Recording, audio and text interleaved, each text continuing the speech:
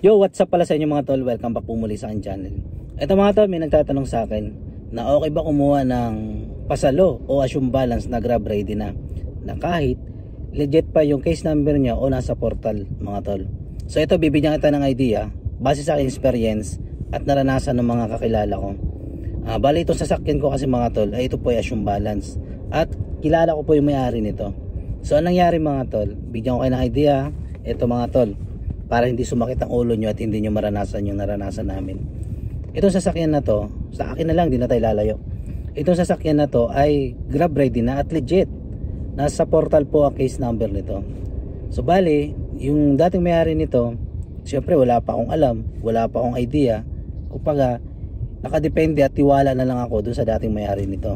So inassume ko to, 220,000 mga to lang inassume ko na grab ready na. At isang taon niya lang nahulugan. Pero yung 220k, kumbaga, partial lang yung bigay ko mga tol hanggang sa nabuo yung 220k. So ito na, bumabiyahe na ako mga tol, ano? Ang malupit na ito mga tol, isang taon ko lang siya nagamit. Totoo po yun.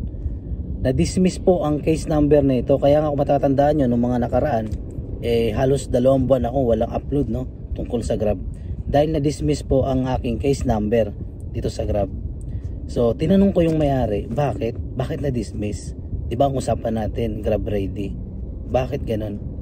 So, dun ko na napagtanto mga tol, mayroon akong isang kaibigan na talagang alam ang pasikot-sikot at proseso dito sa Grab at sa LTFRB. Ang sinabi niya sa akin, sa LTFRB daw ay hindi na uso ang PAPA, yung Probationary Authority mga tol. Ito yung PA na valid lang siya ng 490 days, 3 months lang. Na bibigyan ka ng 3 months para makabiyahe kay Grab. At yung 3 months na yon, may aasikasuhin ka doon. Masikaso ka, requirements, kagaya ng BIR, ORCR, at mga marami mga tol. Siguro, kung tatansyahin ko, nasa 15 na requirements mga tol. 15 na piraso na requirements kung bibilangin mo, na isubmit mo para sa CPC. So yun na nga. Ang ginawa kasi ng dating may-ari nito, puro PAPA lang. PA lang, renew lang siya ng PAPA. Hindi na pala uso yun. 90 days lang talaga yun mga tol. At kung hindi man 90 days, pwede ka mag-renew. Pero alam ko, 2 renew lang mga tol. Kapag lumagpas doon, automatic, matidinay na yun at matidismiss na ang inyong case number. So yun yung nangyari sa akin. So sa tandaan nyo mga tol, kung kukuha kayo ng assume balance o pasalo, dapat naka-CPC na mga tol. Huwag kayong kukuha ng PA lang. Sasakit po talaga ang ulo nyo yan. Lalo na kapag yung kinunan nyo, hindi mismo dun sa may-ari na nakapangalan, kumbaga ahente lang o negosyante lang, yun yung kinunan nyo. PA lang, kahit nasa portal pa yan. Papaano na lang pag lumipas yung panahon o taon o buwan, na-dismiss yung case number mo at hindi ka nakapag-comply at hindi ka nakapasa na requirements para sa CPC. Ang mangyayari, dismiss. At kapag yung dismissal order mo o yung dismiss case number mo ay naipadala dun kay Grab, matik mapupost ka at hindi ka makakabiyahe kay Grab. Ganun po yung nangyari sa akin mga tol.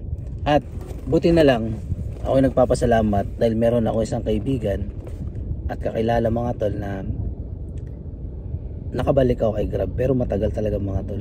Abono talaga ako ng 2 buwan ng pangulog dito sa sasakyan. Hindi talaga biro yun kasi 17,000 kasi ang monthly nito. Kaya babala ako sa mga papasok at kukuha ng assume balance.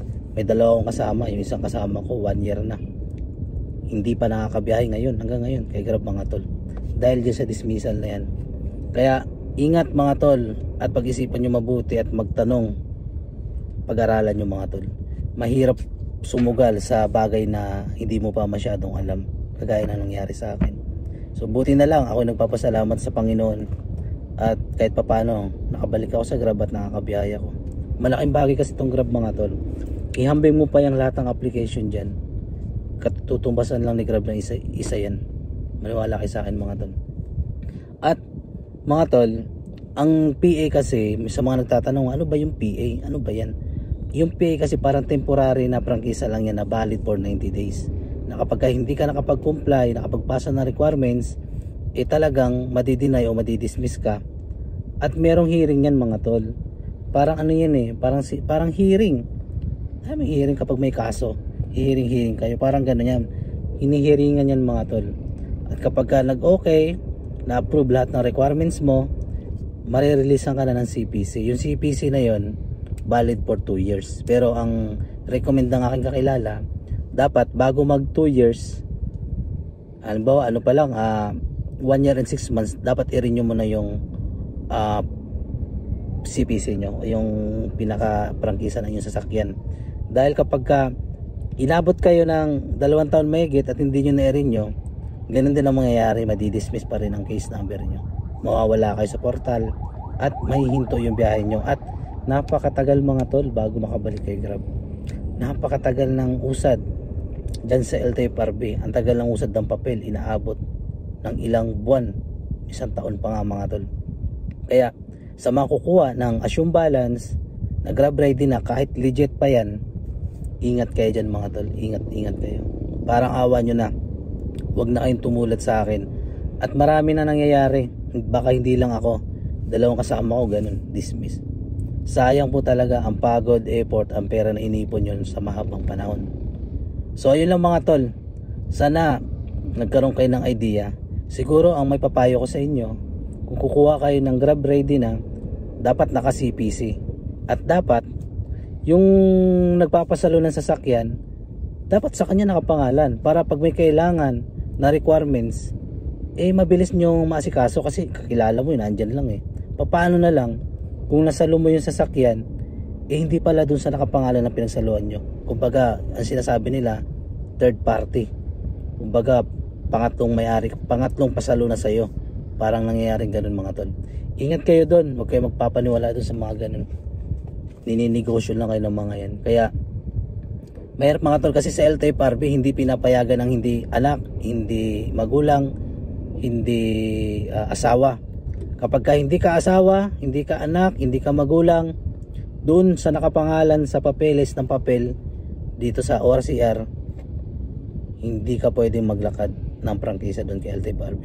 Hindi ka papayagan. Ang pinapayagan lang, tandaan nyo, na mag-asikaso ng requirements para sa prangkisa.